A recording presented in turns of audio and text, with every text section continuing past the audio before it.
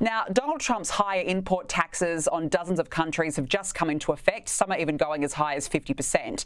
Beau, obviously, countries around the world are scrambling now to respond to this. Here in Australia, our base rate remains at 10%. But what has actually been the impact locally in the US? Has this plan been a success, or are there industries suffering? Well, you mentioned, some are as high as 50%. I think India got 25% and another 25% for purchasing Russia oil, which is a topic we just mentioned. Tariffs have always been a negotiating tactic for Donald Trump. They're designed to generate investment, to boost growth, to boost jobs, to boost employment. I think that's what it's always designed to do. Now, we have seen some countries retaliate. I want to mention that this has happened. Canada, for instance, has retaliated against the U.S., especially with regard to American bourbon, but that's pretty rare. Over the next several months, as industries react and respond to these tariffs, we could see higher prices. We just haven't seen a lot of that yet. The Trump plan overall, of course, is to rake in all this billions of tariff revenue, which is to offset other taxes, like, for instance, an income tax, because tariffs are like taxes to us. So if that plan is true and we can offset something like an income tax, that would be brilliant. And also we could possibly even give rebates to Americans. That's another idea that's been floated as well. I just think that we're a little too early in this process to be able to tell. Our government does subsidize farmers. That's one way we have offset tariffs in the past, but we just have to wait and see. I'm personally going to remain optimistic about this, Danica. The main reason being is that when Trump initiates a tariff, usually a country freaks out and comes to the table with something better. So let's just take a pause on this, because we haven't seen the economic downturn and spiral that I think a lot of people thought that there would be. Bill Maher has acknowledged that. And let's just see kind of what happens as industries respond to this. I'm going to remain optimistic about it.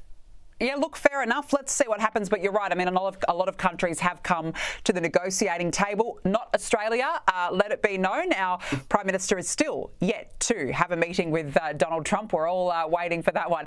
Now, look, Beau, I've got to ask you, is America about to turn the page and be burdened again by what has been? Because former Vice President Kamala Harris has announced she's not going to run for California governor in 2026, but is not ruling out another bid for the White House in 2028. Good grief. So, look, we thought we'd take us through the archives. Here we go. The children of the community are the children of the community. You need to get to go and need to be able to get where you need to go to do the work and get home. Talking about the significance of the passage of time, right? The significance of the passage of time. So when you think about it, there is great significance to the passage of time in terms of what we need to do to see the moment in time in which we exist and are present.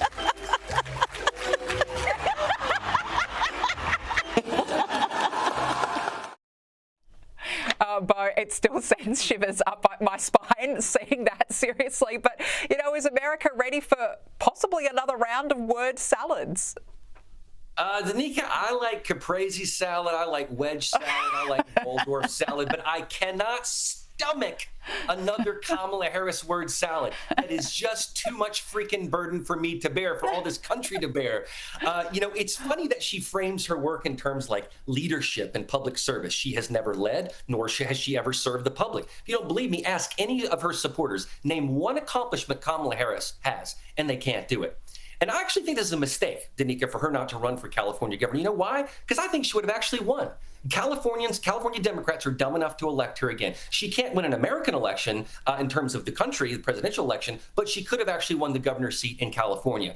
But think about this, just bigger picture for a moment. You have two failed female Democratic candidates for president, Hillary Clinton and Kamala Harris. They're both females, right? America didn't not elect them because they were females. It's because they were the wrong females. They didn't have the right policies. They didn't have the right communication styles. They didn't have the right affability. And I personally, Danica, don't think Kamala Harris is the Democratic candidate in 2028. I think it's going to be someone like a Governor Josh Shapiro or a J.B. Pritzker or a Gavin Newsom or a Gretchen Whitmer.